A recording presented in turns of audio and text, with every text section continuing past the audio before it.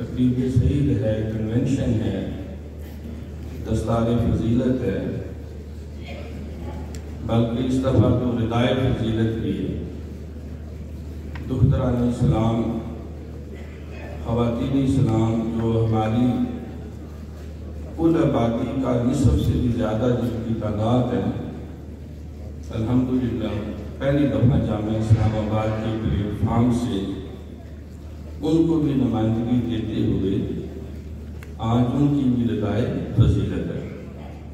اس پر میں ابن ڈاکٹر صاحب کو بہت زیادہ دیا مبارکباد پیش کرتا ہوں کہ انہوں نے اس عمل خیر میں مردوں کے ساتھ ساتھ خواتین کو بھی شامل کیا اور ان کی بھی نمائندگی کو یقینی بنایا۔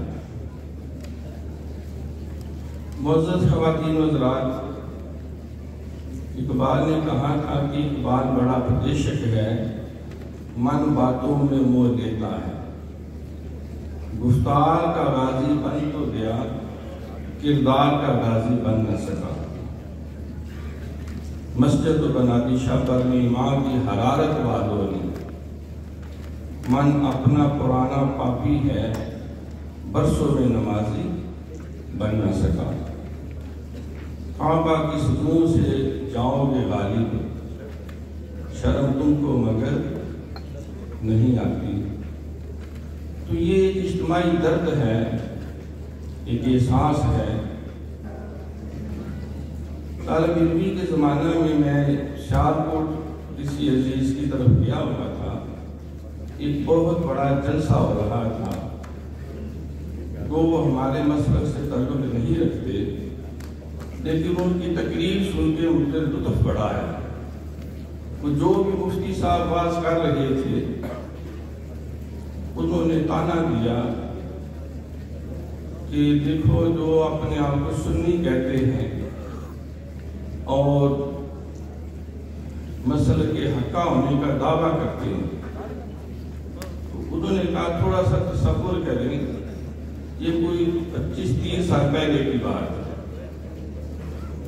کہ روز معاشر ہے، اللہ پوچھے گا آئے وہ لوگ جنہوں نے قرآن کی خدمت کی، مفسرین ہیں، محققین ہیں، کوئی اصول تفسیر، کوئی تاریخ تفسیر، کوئی متن تفسیر، کوئی کام کیا ہے، تو انہوں نے اپنے مفسرین کی پوری فہرست پیش کی کہ یہ سارے لوگ کے آگے آ گئے۔ پھر پوچھا جائے گا کہ حدیث رسول میں کس نے کام کیا، سیرت کے لیے، سیاستہ کے لیے، تو اس نے 25-30 اپنے مسلک کے محدثین کا ذکر کیا، وہ بھی آگے آ جائے۔ پھر تجوید و قرات میں، علم فقہ میں، تو مختلف شعبہ ہے زندگی میں، تو پھر آواز آئے گی وہ کدھر ہیں جو اسلام کے ٹھیکیدار تھے اور اپنے آپ کو وہ حقیقی اسلام کا نمائندہ سمجھتے تھے۔ تو ڈھول بجاتے ہو جائیں گے، آگے مولانا احمد شاہ نورانی ہوں گے، ڈھول بج رہے ہوں گے، پیچھے پیروں کی جماعت ہوگی، پیر وارث صاحب آئیں گے، وہ بانسری بجاتے ہوئے، بابا بلے شاہ چمٹا لے کے آ جائے گا، تو چمٹا بجاتا ہوا آئے گا، فلاں پیر صاحب وہ تبلے کی تھاپ لے کے آ جائیں گے۔ تو اللہ فرمائے گا تم یہی کام کرتے رہے، کوئی قرآن کی خدمت، کوئی حدیث کی خدمت، برکیف وہ مقرر تھے۔ طالب علمی کا زمانہ تھا، بہت خوبصورت اس نے ایک نقشہ سامنے رکھا کہ ہمارے اہل سنت جو مذہب مہذب کہلاتے ہیں اور وہ صحابہ کرام کی جماعت، اہل بیت اطہار کی جماعت، اولیاء کی جماعت، ان کی فکر کے امین اور نمائندے ہیں، تو انہوں نے خوب درگت کی جتنی کو وہ کر سکتے تھے۔ تو میں بڑا دل میں بڑا بھی پریشان بھی ہوا، اپنے شیخ مکرم سے بھی ذکر کیا، مولانا محمد سید احمد مجددی، کہ حضور یہ صورتحال ہے۔ انہوں نے بتایا کہ پچھلے ہفتے ایک میٹنگ ہوئی ہے جو غیر مسلک والے مفتیان کی جو فارغ تحصیل ہوئے، جن کی دستار بندی ہوئی، تو بڑے مفتی صاحب نے ان کی تقریب کی، ان کے اعزاز میں، اور وہاں انہوں نے ایک ضابطہ بنایا کہ عوام کو ہم کس طرح گھیر سکتے ہیں، قائل کر سکتے ہیں۔ انہوں نے کہا کہ جو کچھ بریلوی کرتے ہیں اس کے 100% ہم الٹ کریں گے۔ یہ آتے ہیں جس وقت جماعت کھڑی ہوتی ہے، ہم 15 منٹ پہلے مسجد میں پہنچیں گے، یہ سلام پھیرتے فوراً بھاگ جاتے ہیں، ہم آدھا گھنٹہ بیٹھے رکھیں گے۔ یہ کوئی غریب مسکین دعوت دے دے تو پہاڑ پہ چڑھ جاتے ہیں۔ ہم خود جو ہے وہ لوگوں کے گھروں میں تیمارداری کے لیے جائیں گے، پورے محلے میں کسی ایک گھر فوت ہو گیا، کسی مذہب کا کسی مسلک کا، سب سے پہلے ہم پہنچیں گے۔ کسی کے گھر کوئی آفت آ گئی، پریشانی آ گئی، ہم دوڑ کے جائیں گے۔ ہم ہر ایک سے سلام دعا رکھیں گے۔ ہر روز سرکار کی طرح ہم بازار اور مارکیٹ میں جائیں گے، ہر ایک سے بڑھ بڑھ کے سلام کریں گے، ہر سلام کا جواب دیں گے، بچوں میں شیرینی بانٹیں گے، لوگوں کے دکھ درد میں شریک ہوں گے، اور ہم ہر وقت قرآن اور حدیث کی بات کریں گے، چمٹوں کی نہیں، سرنگینوں کی نہیں، ڈھول کی نہیں، اور پنڈالوں کی نہیں، اور ہم اللہ کے دین کے لیے تبلیغ کریں گے۔ انہوں نے کوئی 21 پوائنٹس جو ہیں وہ بنائے جس سے ہم عوام کے دلوں میں جگہ بنا سکیں۔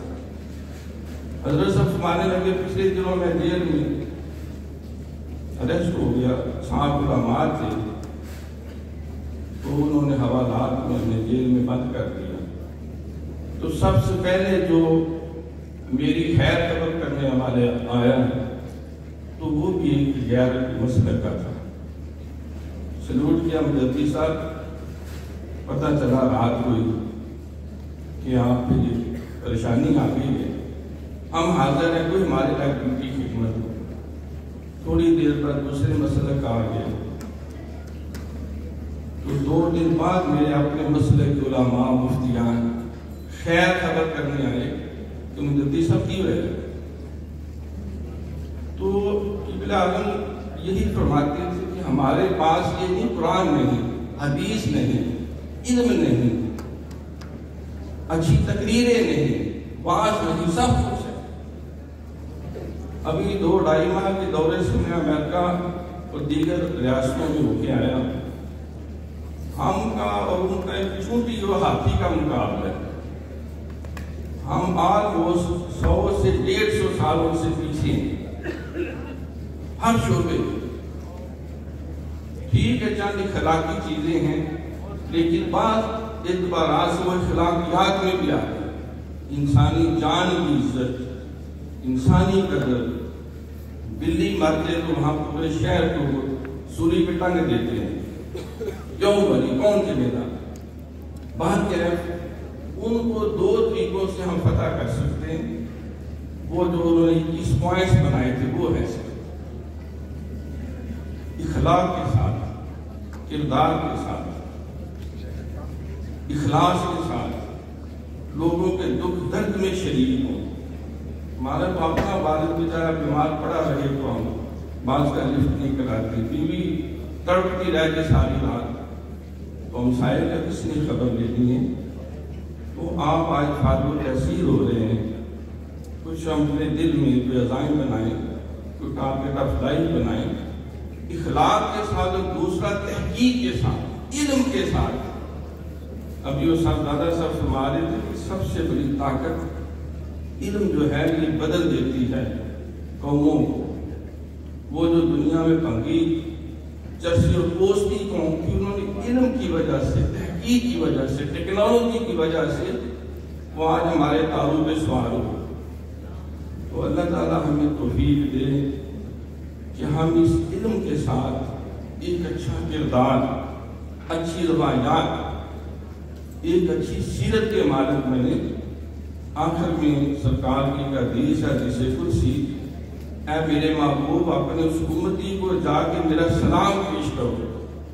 وہ تقریریں تو نہیں جھاڑتا لمبی لمبی، گلا تو نہیں کھاڑتا، لیکن اس کا کردار اتنا پاکیزہ ہے، اس کی سادگی، اس کی شرافت، اس کی امانت، اس کی دیانت، اس کی سچائی اور مخلوق کے ساتھ محبت اور پیار ایسا پاکیزہ ہے، اس کو دیکھ کے ہر ذی شعور انسان کا دل چاہتا ہے کاش میں بھی ایسا ہوتا ہوں۔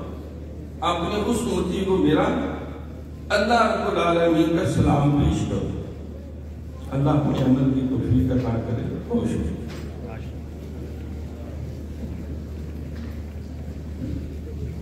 ماشاءاللہ آج کی ہماری اس تقریب سعید میں ہماری نیشنل اسمبلی کے ڈرافٹنگ ونگ کے سینئر ڈائریکٹر جنرل